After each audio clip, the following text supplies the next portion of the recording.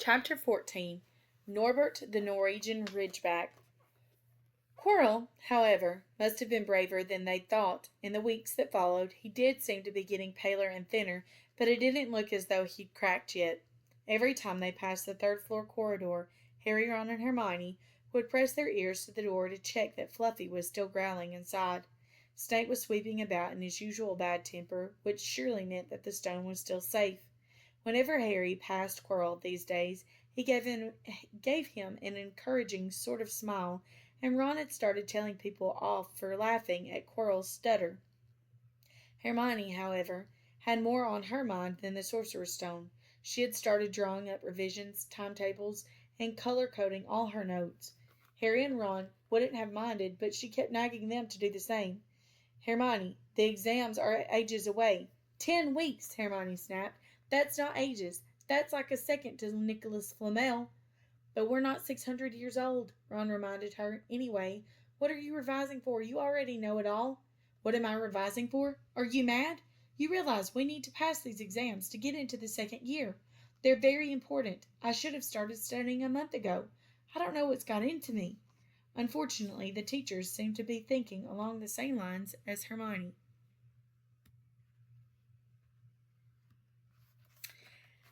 They piled so much homework on them that the Easter holidays weren't nearly as much fun as the Christmas ones. It was hard to relax with Hermione next to you reciting the 12 uses of dragon's blood or practicing wand movements. Moaning and yawning, Harry and Ron spent most of their free time in the library with her, trying to get through all their extra work.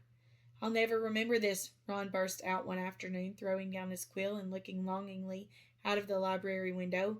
It was the first really fine day they'd had in months. The sky was a clear forget-me-not blue, and there was a feeling in the air of summer coming. Harry, who was looking up Dittany and the 1,000 magical herbs and fungi, didn't look up until he heard Ron say, "Hagrid, what are you doing in the library?" Hagrid shuffled into view, hiding something behind his back. He looked very out of place in his moleskin overcoat. "Just looking," he said, in a shifty voice that got to their interest at once. "And what are you lot up to?" He looked suddenly suspicious. "You're not still looking for Nicholas Flamel, are you?" "Oh, we found out who he was ages ago," said Ron impressively. "And we know what the dog's guarding. It's a sorcerer's Shh!" Hagrid looked around quickly to see if anyone was listening. "Don't go shouting about it. What's the matter with you?" "There are a few things we wanted to ask you, as a matter of fact," said Harry, "about what's guarding the stone, apart from Fluffy." "Shh!" said Hagrid again. "Listen! Come and see me later. I'm not promising I'll tell you anything. Mind, but don't go rabbiting about it in here. Students aren't supposed to know. They'll think I've told you." "See you later, then," said Harry. Hagrid shuffled off. "What was the hiding behind his back?" said Hermione thoughtfully. "Do you know what had anything to do with the stone?" "I'm going to see what section he was in," said Ron, who'd had enough of working. He came back a minute later with a pile of books in his arms, slammed them down on the table. "Dragons," he whispered. Hagrid was looking up stuff about dragons. "Look at these. Dragon species of Great Britain and Ireland, from egg to inferno, a dragon keeper's guide. Hagrid's always wanted a dragon. He told me so the first time I ever met him," said Harry. "But it's against our laws," said Ron. "Dragon breeding was outlawed by the Warlocks Convention of 1709. Everyone knows that. It's hard to stop muggles noticing us if we're keeping dragons in the back garden. Anyway, you can't tame dragons. It's dangerous. You should see the burns Charlie's got off wild ones in Romania." "There aren't wild ones in Britain," said Harry. "Of course there are," said Ron. "Common Welsh green and Hebridean blacks. The Ministry of Magic has a job hushing them up. I can tell you, our lot have to keep putting spells on muggles who've spotted them to make them forget." "So what on earth's Hagrid up to?" said Hermione. When they knocked on the door of the gamekeeper's hut an hour later, they were surprised to see that all the curtains were closed. Hagrid called, "Who is it?" before he let them in, and shut the door quickly behind him. It was stifling hot inside. Even though it was such a warm day, there was a blazing fire in the grate. Hagrid made some tea and offered them stoat sandwiches, which they refused. So you wanted to ask me something? Yes, said Harry. There was no point beating about the bush. We were wondering if you could tell us what's guarding the Sorcerer's Stone apart from Fluffy. Hagrid frowned at him. Of course I can't, he said. Number 1, I don't know myself. Number 2, you know too much already, so I wouldn't tell you if I could. That stone's here for a good reason. It was almost stolen out of Gringotts. I suppose you've worked out and all. Beats me how you even know about Fluffy. Oh, come on, Hagrid. You might not want to tell us, but you do know. You know everything that goes on round here, said Hermione in a warm, flattering voice. Hagrid's beard twitched, and they could tell he was smiling. We only wondered who had done the guarding, really, Hermione went on. We wondered who Dumbledore had trusted enough to help him apart from you. Hagrid's chest swelled at these last words. Harry and Ron beamed at Hermione. Well, I don't suppose it could hurt to tell you that, let's see, he borrowed Fluffy from me, then some of the teachers did enchantments. Professor Sprout, Professor Flitwick, Professor McGonagall, he ticked them off on his fingers, Professor Quirrell, and Dumbledore himself did something, of course. Hang on, I've forgotten someone. Oh, yeah, Professor Snape. Snape? Yeah, you're not still on about that, are you? Look, Snape helped protect the stone. He's not about to steal it. Harry knew Ron and Hermione were thinking the same as he was. If Snape had been in on protecting the stone, it must have been easy to find out how the other teachers had guarded it. He probably knew everything except, it seemed, Quirrell's spell and how to get past Fluffy. You're the only one who knows how to get past Fluffy, aren't you, Hagrid? Said Harry anxiously. And you wouldn't tell anyone, would you? Not even one of the teachers. Not a soul knows except me and Dumbledore, said Hagrid proudly. Well, that's something, Harry muttered to the others. Hagrid, can we have the window open? I'm boiling. Can't, Harry, sorry, said Hagrid. Harry noticed him glance at the fire. Harry looked at it too. Hagrid, what's that? But he already knew what it was. In the very heart of the fire, underneath the kettle, was a huge black egg. Ah, said Hagrid, fiddling nervously with his beard. That's, Where did you get it, Hagrid? Said Ron, crouching over the fire to get a closer look at the egg. It must have cost you a fortune. Won't it? Said Hagrid. Last night, I was down in the village having a few drinks and got into a game of cards with a stranger. I think he was quite glad to get rid of it, to be honest. But what are you going to do with it when it's hatched? Said Hermione. I've been doing some reading, said Hagrid, pulling a large book from under his pillow. Got this out of the library. Dragon breeding for pleasure and profit. It's a bit out of date, of course, but it's all in here. Keep the egg on the fire, 'cause your mothers breathe on 'em. See, and when it hatches, feed it on a bucket of brandy mixed with chicken blood every half hour. See here? How to recognize different eggs. What I got there's a Norwegian ridgeback. They're rare, them. He looked very pleased with himself, but Hermione didn't. Hagrid, you live in a wooden house, she said. But Hagrid wasn't listening. He was humming merrily as he stoked the fire. So now they had something else to worry about. What might happen to Hagrid if anyone found out he was hiding an illegal dragon in his hut?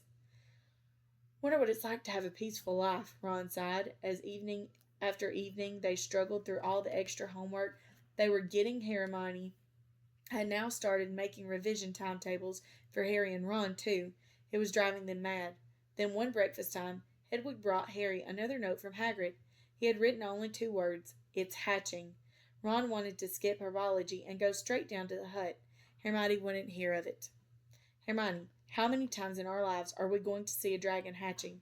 We've got lessons. We'll get into trouble, and that's nothing to what Hagrid's going to be in when someone finds out what he's doing. Shut up, Harry whispered. Malfoy was only a few feet away, and he had stopped dead to listen. How much had he heard? Harry didn't like the look on Malfoy's face at all. Ron and Hermione argued all the way to herbology, and in the end, Hermione agreed to run down to Hagrid's with the other 2 during morning break. When the bell sounded from the castle at the end of their lesson, the 3 of them dropped their trowels at once and hurried through the grounds to the edge of the forest. Hagrid greeted them, looking flushed and excited. It's nearly out. He ushered them inside. The egg was lying on the table. There were deep cracks in it. Something was moving inside. A funny clicking noise was coming from it. They all drew their chairs up to the table and watched with bated breath. All at once there was a scraping noise and the egg split open. The baby dragon flopped onto the table. It wasn't exactly pretty. Harry thought it looked like a crumpled black umbrella. Its spiny wings were huge compared to its skinny jet body, and it had a long snout with wide nostrils, stubs of horns, and bulging orange eyes. It sneezed. A couple of sparks flew out of its snout. "Isn't he beautiful?" Hagrid murmured. He reached out a hand to stroke the dragon's head. It snapped at his fingers, showing pointed fangs. "Bless him, look, he knows who his mummy," said Hagrid. Hagrid said, "Hermione, how fast do Norwegian ridgebacks grow exactly?" Hagrid was about to answer when the color suddenly drained from his face. He leapt to his feet and ran to the window. "What's the matter?" "Someone was looking through the gap in the curtains. It's a kid. He's running back up to your school." Harry bolted to the door and looked out. Even at a distance, there was no mistaking him. Malfoy had seen the dragon. Something about the smile lurking on Malfoy's face during the next week made Harry, Ron, and Hermione very nervous. They spent most of their free time in Hagrid's darkened hut, trying to reason with him. "Just let him go," Harry urged. "Set him free." "I can't," said Hagrid. "He's too little. He'd die." They looked at the dragon. It had grown 3 times in length in just a week. Smoke kept furling out of its nostrils. Hagrid hadn't been doing his gamekeeping duties because the dragon was keeping him too busy. There were empty brandy bottles and chicken feathers all over the floor. "I've decided to call him Norbert," said Hagrid, looking at the dragon with misty eyes. "He really knows me now. Watch. Norbert? Norbert, where's Mummy?" "He's lost his marbles," Ron muttered in Harry's ear. "Hagrid," said Harry loudly, "give it a fortnight, and Norbert's going to be as long as your house." Malfoy could go to Dumbledore at any moment. Hagrid bit his lip. I know I can't keep him forever, but I can just dump him. I can't. Harry suddenly turned to Ron. "Charlie," he said. "You're losing it too," said Ron. "I'm Ron, remember?" "No! Charlie, your brother Charlie, in Romania, studying dragons. We could send Norbert to him. Charlie can take care of him, and then put him back in the wild." "Brilliant!" said Ron. "How about it, Hagrid?" And in the end, Hagrid agreed that they could send an owl to Charlie to ask him. The following week dragged by. Wednesday night found Hermione and Harry sitting alone in the common room, long after everyone else had gone to bed. The clock on the wall had just chimed midnight when the portrait hole burst open. Ron appeared out of nowhere as he pulled off Harry's invisibility cloak. He had been down at Hagrid's hut helping him feed Norbert, who was now eating dead rats by the crate. "It bit me," he said, showing them his hand, which was wrapped in a bloody handkerchief. "I'm not going to be able to hold a quill for a week, I tell you. That dragon's the most horrible animal I've ever met, but the way Hagrid goes on about it, you'd think it was a fluffy little bunny rabbit. When it bit me, he told me off for frightening it, and when I left, he was singing it a lullaby." There was a tap on the dark window. "It's Hedwig," said Harry, hurrying to let her in. "She'll have Charlie's answer." The 3 of them put their heads together to read the note.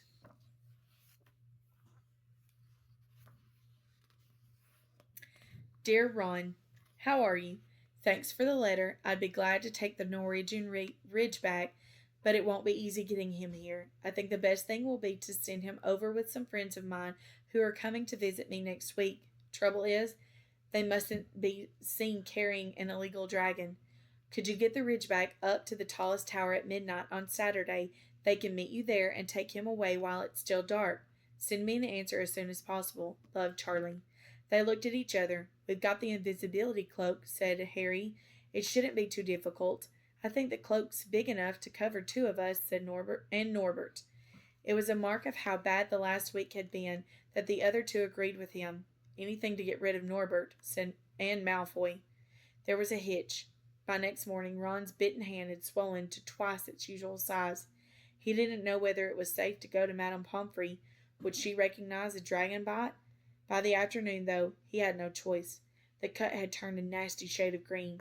It looked as if Norbert's fangs were poisonous.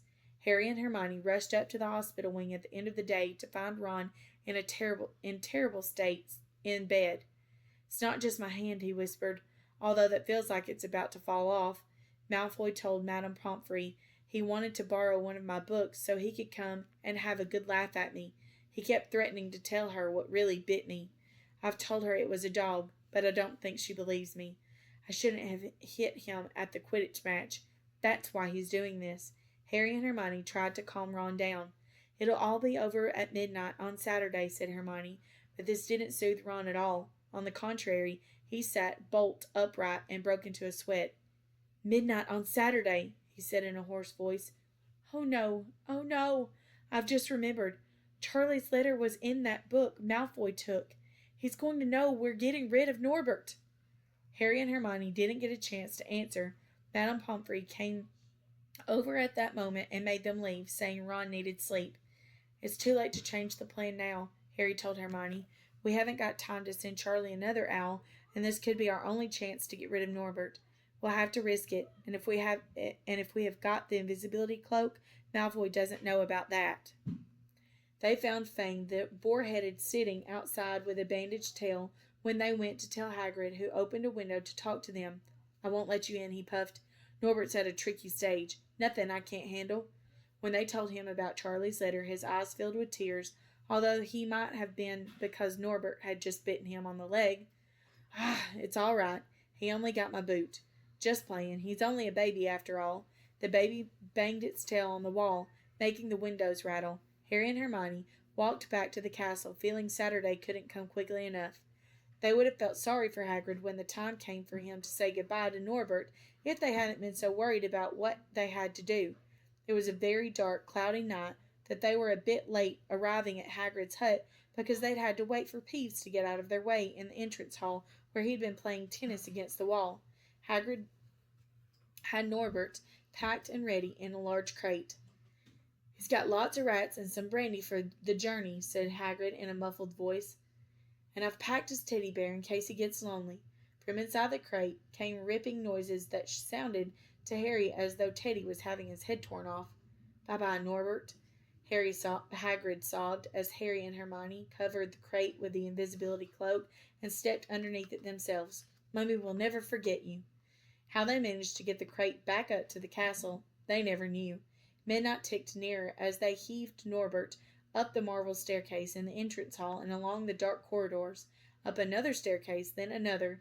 Even one of Harry's shortcuts didn't make the work much easier.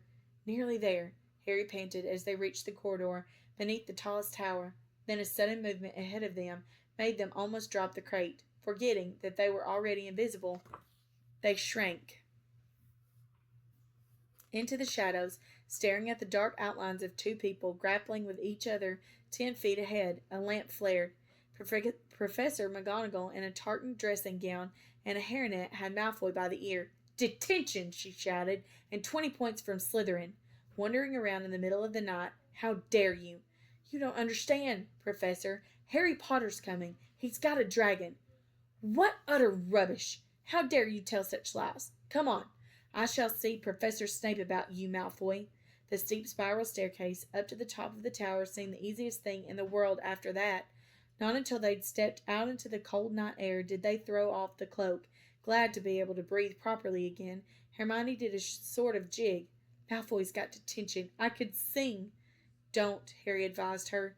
Chuckling about Malfoy, they waited Norbert thrashing about in his crate. About 10 minutes later, 4 broomsticks came swooping down out of the darkness. Charlie's friends were a cheery lot. They showed Harry and Hermione the harness they'd rigged up so they could suspend Norbert between them. They all helped buckle Norbert safely into it, and then Harry and Hermione shook hands with the others, thanked them very much. At last, Norbert was gone. They slipped back down the spiral staircase, their hearts as light as their hands, now that Norbert was off them. No more dragon, Malfoy in detention. What could spoil their happiness? The answer to that was waiting at the foot of the stairs. As they stepped into the corridor, Filch's face loomed suddenly out of the darkness. Well, well, well, he whispered. We are in trouble. They left the invisibility cloak on the top of the tower.